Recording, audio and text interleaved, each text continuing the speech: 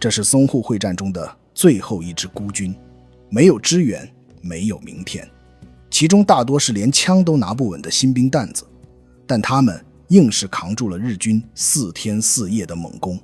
接下来用 3D 动画带你重回这场震惊世界的四行仓库保卫战。1937年10月下旬，中国军队在淞沪战场血战3个月后，已是强弩之末，几十万大军面临着被包围的险境。绝望中，蒋介石把希望压在了即将召开的9国公约会议上。当然，他赌的不是什么国际正义，而是洋人自己的利益。外国租界遍布上海，他们怎么甘心让日本独吞？只要会议开幕前，上海还有一个点在抵抗，中国在谈判桌上就多了一份底气。因此，蒋介石计划留下第88师死守闸北，打一场轰轰烈烈的战斗，博取国际关注。师长孙元良认为，反正都是死，与其白白搭上一个师，不如留一支小部队守住一个点。大部队撤退前，孙元良把一名年轻的副团长叫到跟前，足足20分钟说不出一句话。这位被选中的留守之将名叫谢晋元，广东蕉岭人，黄埔4期毕业。他率领的这支孤军实际只有420人，但为了壮大声势，对外宣称有800人，其中只有少部分老兵，其余多是刚刚补充进来的新兵，连枪都拿不稳。从军事角度来说，这是一场毫无价值的战斗，就是一场演给国际社会看的政治戏。只不过这出戏要用真枪实弹，用真正的命来演。为了给这些壮士留一丝生还的希望，孙元良将目光投向了四行仓库。这是一座5层的钢筋水泥建筑，原为4家银行的联合仓库，坚固程度堪比大型碉堡，一般的枪炮根本奈何不了它。更妙的是地理位置，四行仓库的东面和南面紧贴英美控制的公共租界，英军早就沿河拉起了铁丝巨马，以沙袋封闭路口，并在桥头修筑了一个双层碉堡。日军想从这2个方向进攻，门都没有。北面虽然是中国的地盘，但日军如果从这个方向发动强攻，炮弹很容易飞到租界。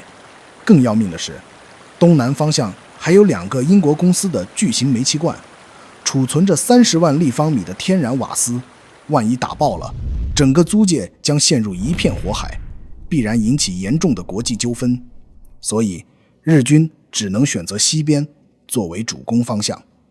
可西面的墙壁就像一块铁板，是一整面厚实的钢筋水泥墙，日军只能贴着南面的门窗向上斜着仰攻，射击角度受到严重的限制。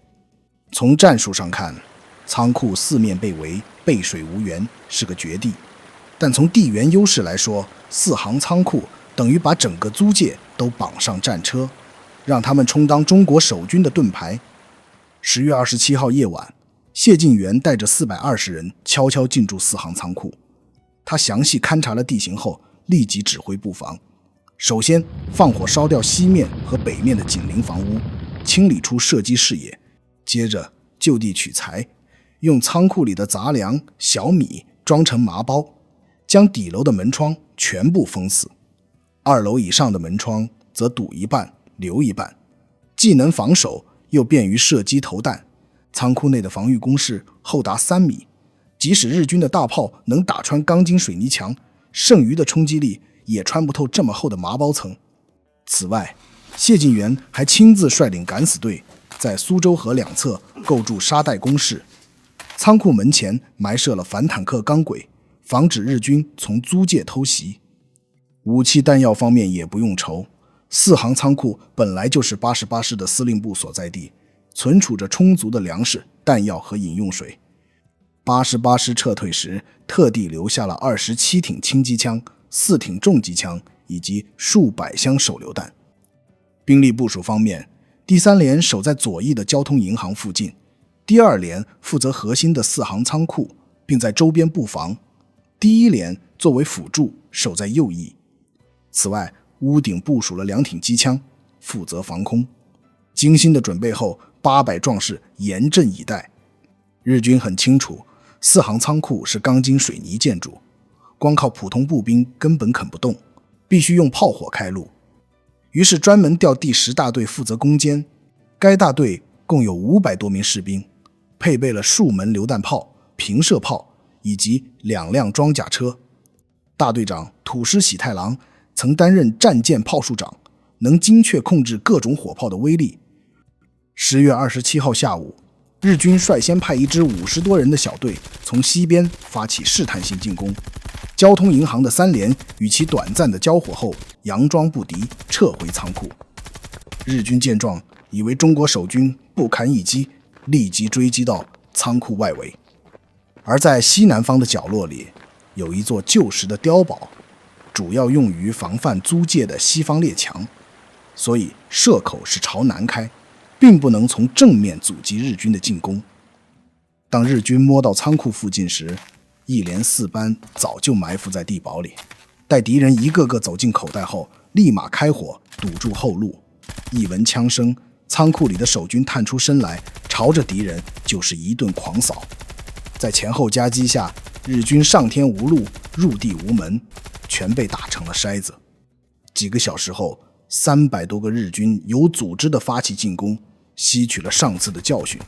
他们一上来就用2挺机枪对地堡进行全方位的压制射击。见日军对着一堆水泥打得火星四溅，中国守军忍不住笑出声来。原来他们早料到日军会先拔掉这颗钉子，所以提前把人全都撤了出来，只在里面铺设了一串手榴弹，引线由一根绳索接到了2楼上。当日军的步兵冲上来进占碉堡后，2楼的守军猛然一拉，里面的日军全被炸开了花，惨叫声此起彼伏。外面的日军以为中了埋伏，纷纷抱头鼠窜。10月28日，日军发动了更猛烈的攻势，中国机枪手在碉堡的掩护下顽强阻击，和敌人激战了半个多小时。但日军很快调来机枪，抢占了交通银行屋顶的制高点，居高临下的疯狂扫射。中国机枪手在密集的弹雨中被迫撤回仓库。紧接着，日军又调来1挺机枪，架在仓库外围，对准窗户不停地朝内部扫射，以压制守军的火力点。趁此间隙，近100名经验丰富的日军如狼似虎地冲向仓库，他们狡猾地躲进了守军的射击死角，然后拼命撞击大门，或举起枪托疯狂砸击1楼的窗户。可大门坚如磐石，窗户也被沙袋堵得密不透风。日军无论如何攻击都是徒劳。4行仓库虽然坚固，但对中国守军来说，低层的窗户无法打开，高层窗户也只留了一半。想要观察或射击西面的敌人，就必须探头。可一探头，埋伏在附近楼房的日军的狙击手便会开枪狙杀。从楼顶开火更危险，背景透空，人影格外醒目。此外，守军往往看不清下面日军的具体位置，只能盲目投掷手榴弹，很难精确地杀伤敌人。此时，谢晋元灵机一动，想了招声东击西，先用几根竹竿挑着钢盔伸到窗外，不停地晃来晃去，远远看去就像几个士兵在探头张望。附近的日军狙击手当然不会放过这么好的机会，朝着钢盔就是一阵狂打。日军打得正欢时，楼顶的谢晋元通过枪口火光锁定了位置，接着一枪过去，日本狙击手应声倒地。眼见强攻不成，日军使出了最后的杀手锏，10多名敌兵扛着2块厚重的铁板，如乌龟壳般慢慢爬向仓库底层，想用炸药包爆破大门。这一招若是得手，整个防线将会彻底崩溃。千钧一发之际，2连副班长陈树生绑着几捆手榴弹从5楼一跃而下，和敌人同归于尽。许多被迫逃到租界避难的中国老百姓因战事失利，国土沦丧，日日处于失望和忧伤中。可当亲眼目睹这一情景时，他们深信中国一定不会亡。10月29日清晨，多架日机飞机凌空盘旋侦察，寻找轰炸机会，但仓库紧邻租界，不敢贸然投弹。中国守军立即用机枪对空射击，将其驱离。中午，日军又换了一招，他们推着用沙袋和铁皮改造的移动掩体，人躲在后面，一点点往仓库挪。中国守军不慌不忙，将迫击炮弹全部准备好，等日军逼近仓库时，再从高处往下扔。这东西的爆炸威力是手榴弹的数倍以上。待移动掩体被炸得粉碎，守军再从窗户探出身来，射杀那些四散奔逃的日军。之后，2艘小艇载着几十个日军沿苏州河而上，想从水路进攻，但在拉基桥附近被英军拦住，水路的偷袭计划随之破产。这时，日军是老虎吃刺猬，无从下嘴。无论天上飞的、水里游的、地上爬的，18般武艺都用遍了，却拿这座孤楼毫无办法。事已至此，日军也顾不得租界不租界了。午后，他们架起几门平射炮，对着西墙狂轰滥炸，但守军早用粮袋沿着砖墙围了一道3米厚的掩体，什么炮都打不穿。更妙的是，西墙原本一砖到顶，没有窗户，守军一直无法架设重武器，如今在日军火炮的助力下，终于轰出几个大窟窿，正好用来架机枪。平射炮威力虽大，但射速慢，打一发装半天，重机枪子弹则像泼水一样扫出去，一扫一大片。双方一番对射，日军的3门平射炮被3挺重机枪打得火星直冒，很快便哑火了。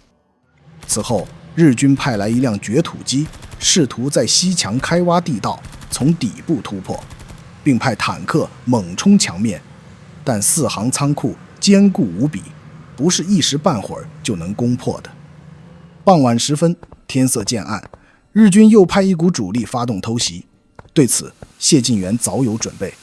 当日军处于远距离时，先打一颗信号弹照亮目标，机枪手再开枪扫射。待日军摸到楼下，就用大号手电筒绑在竹竿上，从窗口伸出去，往下一照，接着手榴弹、迫击炮弹一股脑地往下抛。谢晋元还命人把仓库里的棉花翻出来，搓成粗绳，浸上煤油，点着后顺着墙面往下扔。就算敌军躲过子弹，避过炮弹，成功突到楼下的射击死角里，也会被火绳烧得四散奔逃。几次强攻下来，日军已伤亡了200人，却寸步未进。眼见僵持不下，日军彻底豁出去，拉来了20多门92式步兵炮和75毫米平射炮，对准西北两面狂轰滥炸。与此同时，日本当局向租界施加压力，如果中国守军再不撤离，将动用更强大的火力，一旦波及租界，后果自负。英美列强一听就慌了，生怕日军真的铤而走险，殃及租界的煤气库，于是紧急出面调停，希望中国守军撤离4行仓库。而800壮士死守不退的英雄事迹，早已通过各大媒体传遍海内外。蒋介石权衡利弊，觉得这场战斗已达到了国际宣传效果，继续死守确实没什么价值，便同意了撤退。10月30日晚上9点，谢晋元开始部署最后的突围行动。他命令3连通过西墙上炸开的孔洞压制日军火力，掩护其他人员分批撤退。可日军非常阴险，一边逼着中国守军撤退，一边在西面布置了4挺机枪。2盏强烈的探照灯把东南方向照得如同白昼，将中国守军的撤退路线全部封死。午夜时分，决定生死的时刻来临，中国守军紧急加派2挺机枪，拼命压制日军火力，并打掉了1盏探照灯。趁着短暂的火力空隙，中国守军开始分批冲锋。密集的枪林弹雨中，10多名战士不幸倒地牺牲。凌晨2点，最后一批守军终于杀出重围，撤至中国银行仓库。解除武装后，英军卡车将他们陆续接走。800壮士撤退后，日军恼羞成怒，一把火烧了4行仓库大楼。随着浓烟冲天而起，这座最后的堡垒在凄风苦雨中宣告陷落。看到这里，很多人会以为800壮士撤出租界就能得救了。然而日军却警告租界当局，敢把他们放走，立马就冲进租界追击。租界当局两头不敢得罪，收缴了他们的武器，把他们关进胶州路一片废弃的荒地，不是俘虏，却成了俘虏。期间，国民政府下令嘉奖，给谢晋元颁发了勋章，官兵各升一级，但这些荣誉根本改变不了什么。800壮士依然被困在铁丝网里，一困就是4年。在孤军营的日子里，谢晋元一直保持着军人作风，每天站岗、训练、升旗，一样不落。起初大家还能坚持，但随着中国军队的败报频传，胜利遥遥无期，一些人内心开始动摇，不再愿意参加列队操练。1941年4月24日清晨，4名叛兵因迟到被谢晋元责问，这几名士兵恼羞成怒，突然抱起行凶，用铁镐和刮刀将谢晋元残忍杀害。就这样，800壮士的精神支柱轰然倒塌。几个月后，太平洋战争爆发，日军占领租界，800壮士被日军押往各地服苦役，有的去了南京，有的被送到太平洋岛屿。从此，他们消失在历史的迷雾中，直到抗战胜利。